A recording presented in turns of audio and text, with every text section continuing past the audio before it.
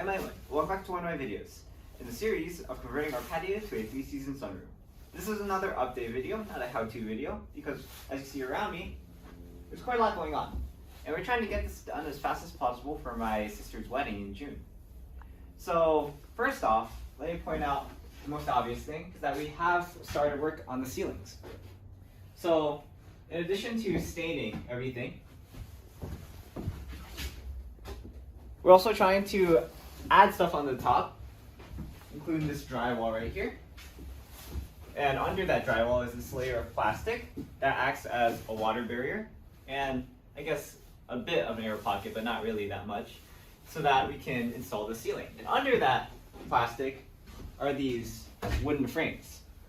And they're made out of 2x4s split in half. And originally we were going to put foam in there, but foam is really expensive. It's about $23 a sheet, which for this entire patio would be quite an expensive feat to undertake.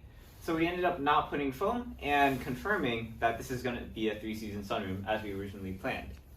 And talking about expensive, these wooden planks here that my dad brought, they're usually $6 a piece, but now they're $9, an inflation rate of about 150%.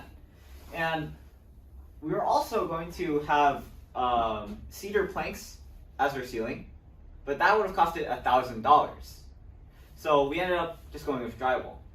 Now imagine the cost if these were bought when there's higher demand. Right now it's winter, so there's not much building going on, so we're lucky that it's cheaper. But just imagine 2 months from now when people start building things. I forgot to mention, this type of recessed ceiling is called a coffered ceiling. And over here you can see that there's a bit of a boxy shaped piece of ceiling right here. And that's because we're actually fitting the LED lights in these boxes. So these are the LED recessed lights that we're using.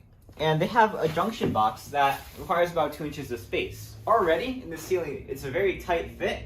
So in order to make the lights more accessible for my dad, he made this a hollow area that he could reach into.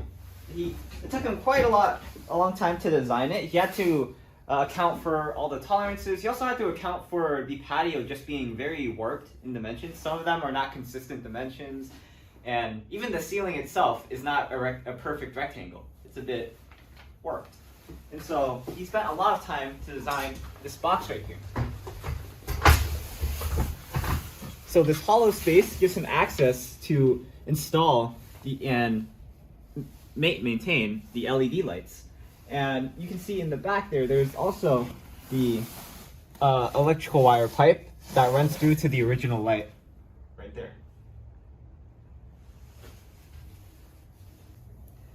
And another nice thing to add as a cherry on top is that this plank of wood slides smoothly in to the top seamlessly. And so this makes it easier to take off the panel whenever we need to access what's behind it. Alright, so that's all for this vlog. It's pretty simple what we did. We were just working on the ceiling. Oh yeah, one thing I forgot to mention is that we patched up that hole in the corner down there. Unfortunately, that's where Aurelia used to get in the patio when she couldn't go through the door. Which we'll have to figure out some sort of cat door for her to access. But there's also a radiator over there, which is heating up the room a bit, but it's still a bit cold, which is why you see me wearing this very fluffy jacket. But that's all for now. I'm Aiman, and thanks for watching. Please like, comment, subscribe, and get videos on EyeOnAiman, especially the videos on converting this patio to a 3-season sunroom.